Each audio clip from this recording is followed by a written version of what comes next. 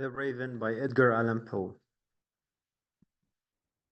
Once upon a midnight dreary, while I pondered weak and weary over many a quaint and curious volume of forgotten lore, while I nodded, nearly napping, suddenly there came a tapping, as of someone gently rapping at my chamber door.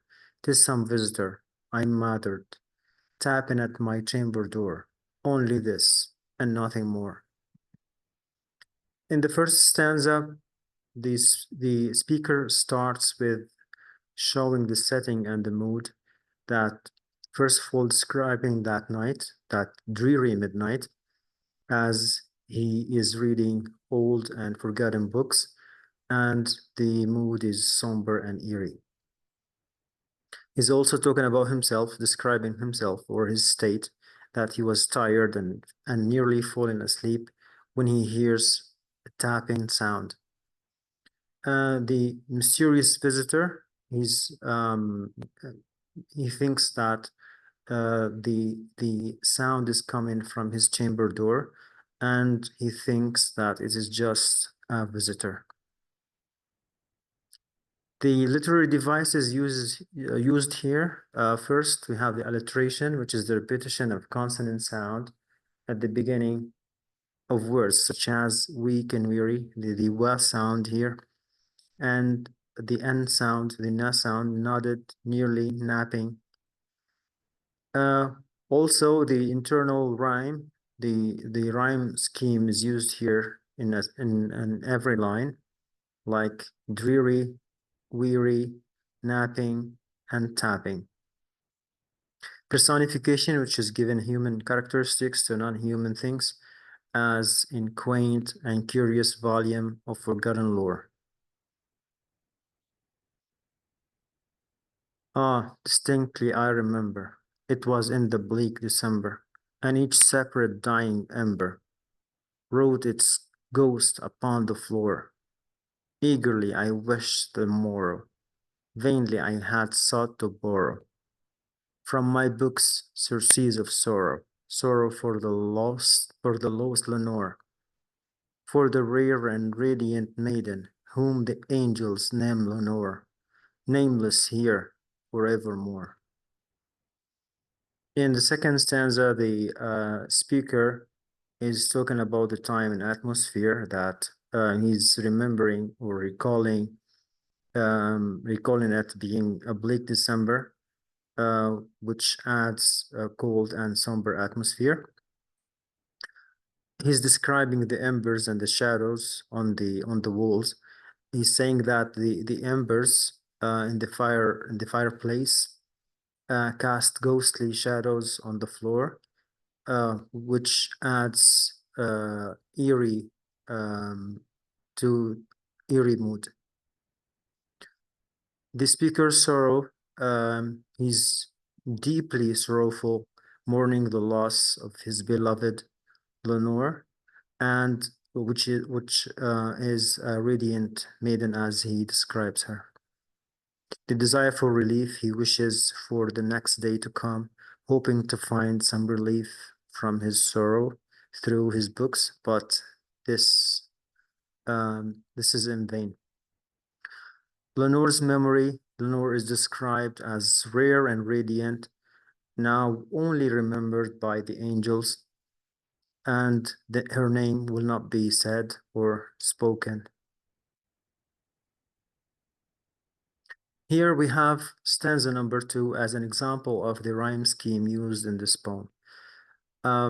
First, look at the lines 4 and 5. We can see that at the end of these lines of 4 and 5, the same word, like Lenore, as you see here, Lenore, Lenore. This rhyme scheme is enriched by a complex pattern of internal rhyming that is also repeated in every stanza. Like in the first line, the word remember, as you see here, rhymes the word December at the end of the same line.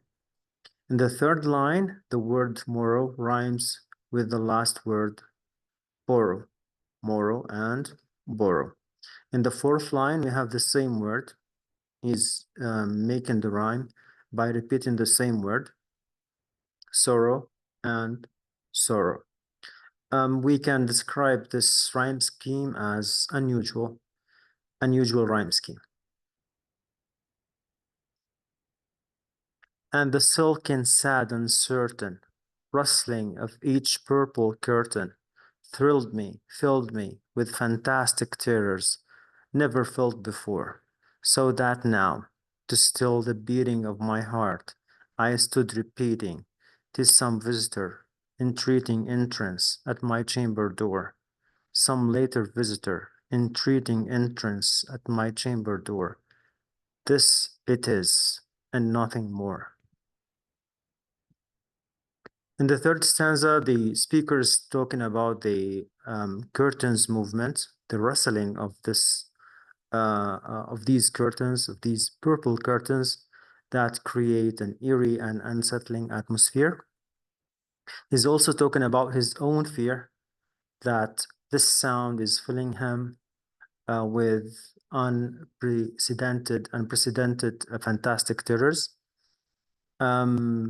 And he's trying to calm himself by repeating that it must be a visitor at the door, at the chamber door, and trying to convince himself that there is nothing more to it.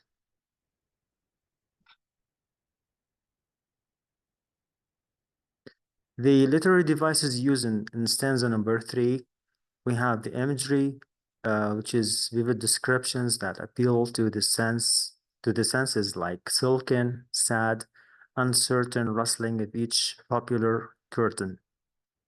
The repetition, the phrase entreating entrance is repeated twice at my chamber door. It's repeated for second time, for 2 times. This is for emphasis.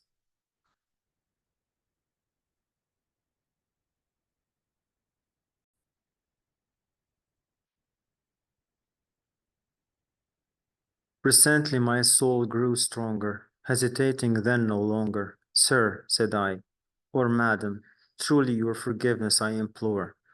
But the fact is I was napping, and so gently you came rapping, and so faintly you came tapping at my chamber door, that I scarce was sure I heard you. Here I opened wide the door. Darkness there, and nothing more." In stanza number 4, talking about the curtains movement, that this creates an eerie and unsettling atmosphere. Also talking about his fear um, with unprecedented fantastic terrors.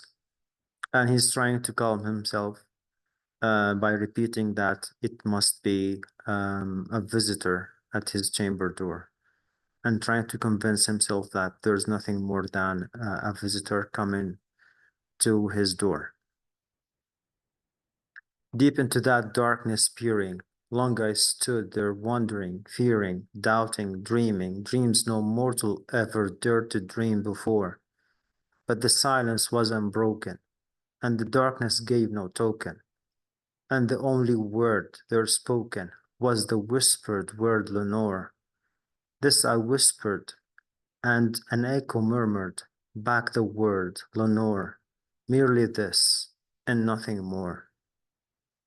In stanza number 5, also describing his fear, and saying that he is filled with wonder, fear, doubt, dreaming, and also dreaming unimaginable dreams that no one could ever dream these dreams. And describing the silence as it was unbroken, which shows, let's say, intense emotion. And the silence remains unbroken, and the darkness offers no sign or any answer. The whispered name here, the name Lenore, as we said, his beloved one, and an echo returns the same word, that emphasizing the haunting presence of the lost Lenore. Nothing more than this. All the the stanzas we read end with nothing more, which is let's say a way of calming himself or telling himself that nothing more than this. Stanza number 6. Back into the chamber turning, all my soul within me burning. Soon again I heard the tapping, somewhat louder than before. Surely, said I, surely that is something at my window lattice. Let me see, then, what thereat is, and this mystery explore. Let my heart be still a moment, and this mystery explore. 'Tis the wind, and nothing more. In stanza number 6, he is describing his intense emotion, that his soul is burning with curiosity and an anxiety to know who is the one who is tapping on his chamber door when he gets back to his chamber.